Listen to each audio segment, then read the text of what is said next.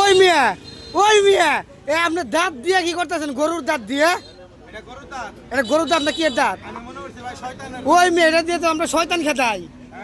আমরা তো এটাতে শয়তান খেতাই হ্যাঁ হ্যাঁ কি করেন ডেন্টাল কেয়ার আছে না হ্যাঁ ডেন্টাল কেয়ার এটা আমরা বেচি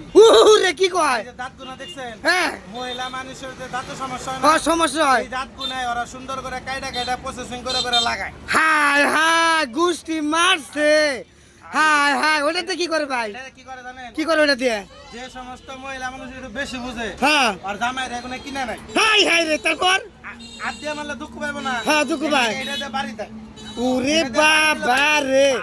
এটা তো ডিজিটাল বুদ্ধি রে ভাই হ্যাঁ এটার দাম কত জানেন কত এটার দাম 300 আর এটা দাঁতের দাম এটার দাম 500 এটা দাঁতের দাম না হ্যাঁ এটা দাম না হ্যাঁ হ্যাঁ দাঁত